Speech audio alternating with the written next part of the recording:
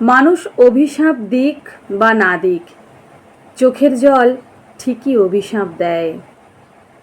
অন্যায়ভাবে কাউকে ঠকানোর প্রতিশোধ একদিন প্রকৃতি ঠিকই নেয়। বিনা দোষে কাঁদালে কাউকে তুমিও কাঁদবে একদিন, মনে রেখো সে কথা। প্রকৃতি ভোলে না কারোর ঋণ, গোলাকার এই পৃথিবীতে ঘুরে ফিরে আসে সব। যা করবে তাই পাবে, মিছেই এত হাপিত্যিসের কলরব। লাভের চিন্তায় বিভোর হয়ে ভাবলেই তো না পাপের পাল্লা ভারী করছো দেখেও দেখলে না। টাকা পয়সা গাড়ি বাড়ি পড়ে রবে সব, অথচ এই সবের জন্যই এত ঠকানো ও কলরব।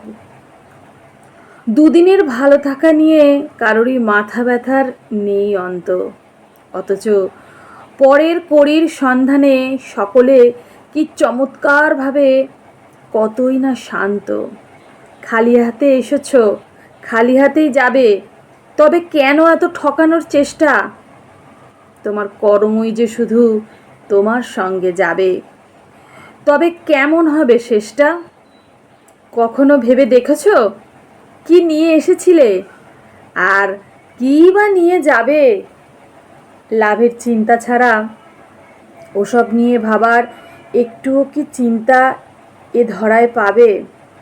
লাভের পাল্লায় পাপের ওজন করতে জানলে না, বৃথাই তোমার মানব জন্ম। পাপ পুণ্যের হিসাব কষলে না। জীবনে মরণে ভালো থাকতে চাইলে সৎ মানুষ হও, মরে গিয়েও থাকবে বেঁচে ভালো কর্ম করে যাও।